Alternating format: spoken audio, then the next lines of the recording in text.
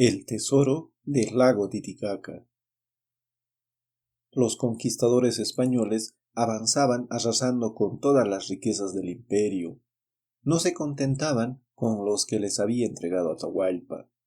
Los aventureros españoles, lo peor de España, querían más y más. Los hombres exigían más riqueza y más trabajo de los indios, pero no daban nada. Mejor dicho, sí, látigo. A cambio de lo que recibían, ni siquiera se acordaban de enseñar a leer, a escribir y la cultura del viejo mundo. Fueron los sacerdotes los únicos que hicieron conocer a los indios el credo cristiano, los demás, nada. Mas los hombres querían más riqueza, más y más. Los indios, entendiendo que los invasores solo apreciaban los metales preciosos y sabedores que Atahualpa fue decapitado pese a cumplir su promesa de entregar riquezas a cambio de libertad, decidieron ocultar el fabuloso tesoro del Inca. Los indios avanzaban cuidadosamente desde el Cusco con dirección al lago Titicaca, con el propósito de internarse después en la selva oriental llevándose el tesoro del Inca. Se enteraron de que los españoles, sabedores de su fuga con el tesoro, les perseguían avanzando rápidamente.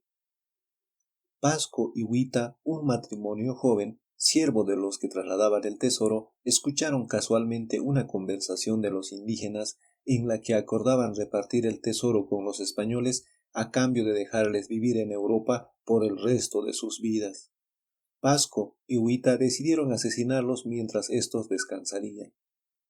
Atardecía, el cielo se cubría de rojo vivo, mientras dos indios remaban afanosamente y los otros dormían. Pasco y Huita se levantaron cautelosamente y cada uno clavó su filoso puñal en el corazón de los remadores. Seguidamente hicieron lo mismo con los que dormían. Luego arrojaron los cuerpos en las aguas del lago. El matrimonio quedó solo sobre la barca que remolcaba a otra. No se veía tierra, viajaban con dirección a las islas del Sol y de la Luna. El matrimonio rogaba a sus dioses que les librara del pecado cometido con sus hermanos y que les librara de los extranjeros, y que los dioses dispusieran de ellos y del tesoro que llevaban. Las corrientes de las aguas eran favorables, llegó la noche, el lago estaba tranquilo. Pasco y Huita remaban incansablemente. Amaneció lentamente. Los dos, cansados de tanto remar, se durmieron. Los españoles castigaban bárbaramente a los remadores indios para que éstos aceleraran el avance de sus barcas, queriendo alcanzar a los fugitivos. Salió el sol, el matrimonio dormía profundamente. La barca y su remolque flotaban sin dirección. El tesoro brillaba en el espacio. Los españoles se acercaban. Ya podían ver la concepción de muchos arcoíris y la blancura fantástica que les vislumbraba. Era el tesoro. Las barcas estaban en el centro de las dos islas. Los indios y los españoles remaban y remaban tratando de alcanzar a las barcas y a su contenido. Ya faltaba poco. La luz era intensa.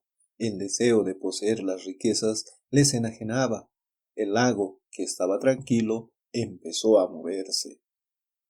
De pronto, de la barca, Pasto y Huita, vestidos de blanco y en una nube, se elevaron en el espacio y se fueron encegueciendo a sus perseguidores, mientras las barcas se perdían en los remolinos del lago. Los españoles, desesperados, queriendo contener aquel maravilloso tesoro, lanzaron, zambulleron y se perdieron para siempre. El más fuerte logró llegar hasta la orilla, quizá llevado por la corriente del río Desaguadero, pero perdió el habla. Vivió poco, lo suficiente como para describir lo sucedido en el lago sagrado. No tuvo tiempo de mostrar el lugar, pero tuvo pánico. Murió cuando los españoles quisieron obligarle a enseñarles el lugar del hundimiento del tesoro. Ya han pasado muchos siglos, y el tesoro es buscado de cuando en cuando por expertos buceadores y no lo encuentran. Las aguas frías del Titicaca guardan celosamente el tesoro maravilloso del Inca. De vez en cuando se presentan partículas de oro en las desembocaduras del lago Popó, en las tres potentes lenguas del río Yocaya, que es sin duda alguna de la desembocadura de las aguas del Titicaca. Cada tarde, cuando se pone el sol, entre las dos islas las aguas se mueven furiosas como ofendidas por la visita de los intrusos. Y así seguirá, mientras en el Ande exista discordia y miseria material y espiritual.